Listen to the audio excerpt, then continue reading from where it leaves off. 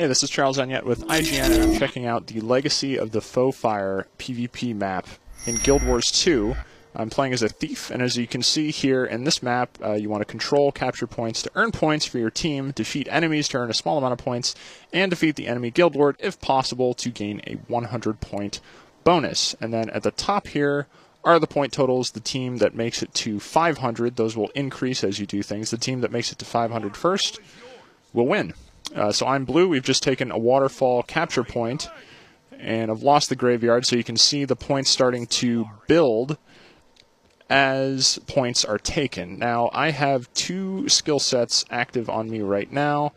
I have guns, which are better for long-distance fighting, and I have daggers, which are better for up close. So I'm going to try to use daggers here, and I actually have this 3 skill as a nice spin overhead that does a lot of bleed damage, and I'm not doing so well standing in the middle of this, so I'm going to get back and I'm going to switch out to guns. I have this spider venom in my slot skill that actually puts poison on my next couple of attacks, so that's useful. I have this rapid attack that does quite a bit of damage. I have this attack that's a brief stun, and I can also, with my 2 skill here, drop the defense of the targets that I'm hitting. Unfortunately, we are not in a good place right now.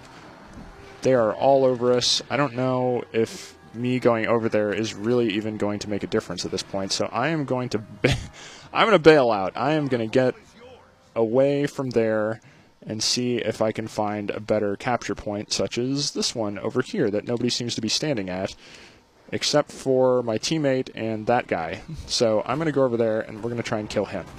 So now you can see we're sort of in the process of capturing this point. He's healing. I'm standing in the middle of a fire field. I shouldn't be doing that.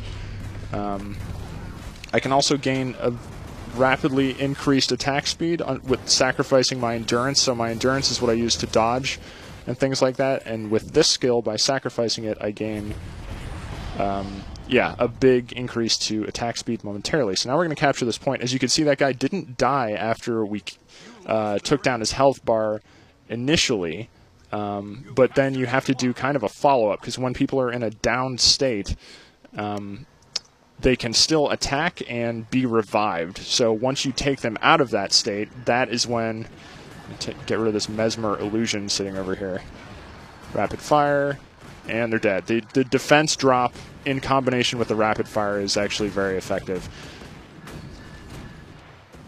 There we go. So you can see he's in a down state right now. He can be revived. But if we're able to take him out like that, then it works all right, and we gain the advantage. A lot of mesmer action here. Not really a fan of that. They kind of creep me out.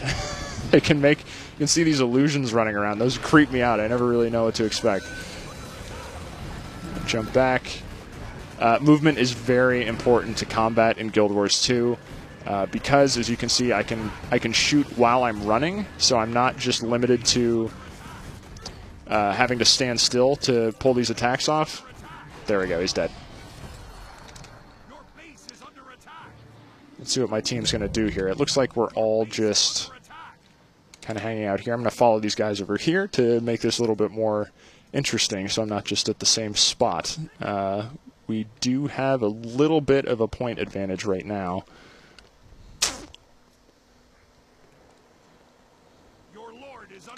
Uh-oh. That's not good.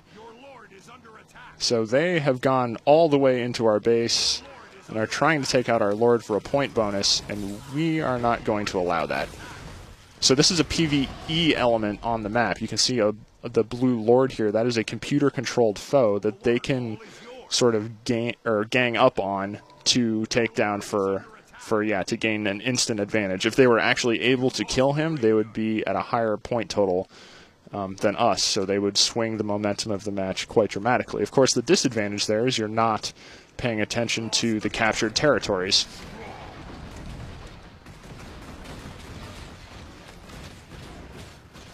I mistimed that. I should have done the defense drop before the rapid fire.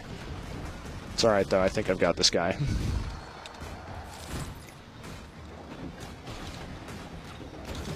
I am limited by my initiative, which is this bar here. So I can't just use skills indefinitely. Oh, that wasn't very nice.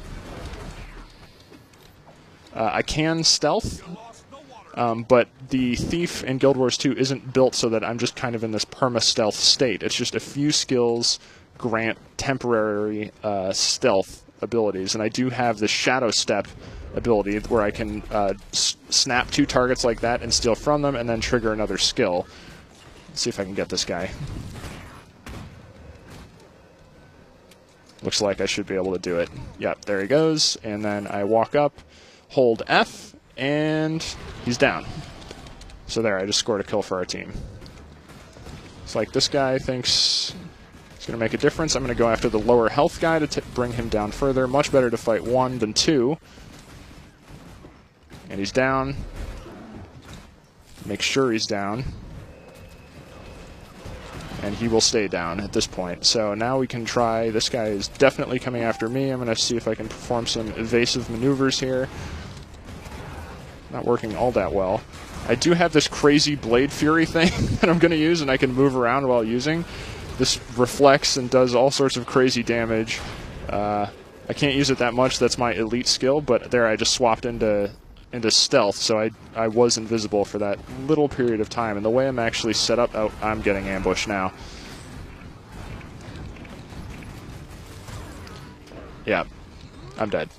They're gonna probably do the kill move. There we go. And unfortunately, I was not able to survive that whole thing, but I can just respawn, and then I'm right back into the fight, and I should probably do a better job of actually sticking around with my team, so that I'm not in situations where I'm all alone, because the Thief is not especially durable.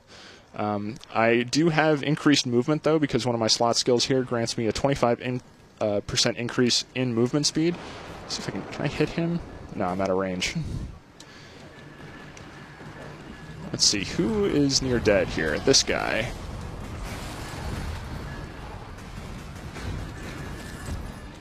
Hopefully I'm attacking the right guy here.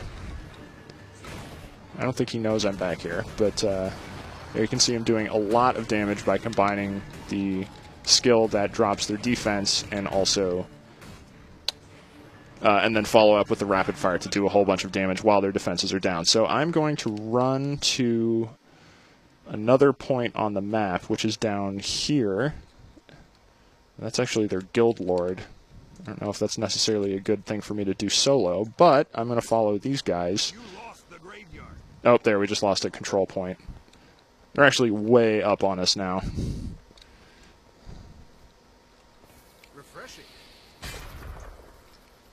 We are capturing this point very slowly. We've got some engineer assistance with rifle, rocket, and healing turrets, which is nice. Looks like this has basically attracted our entire team. So we've captured the waterfall.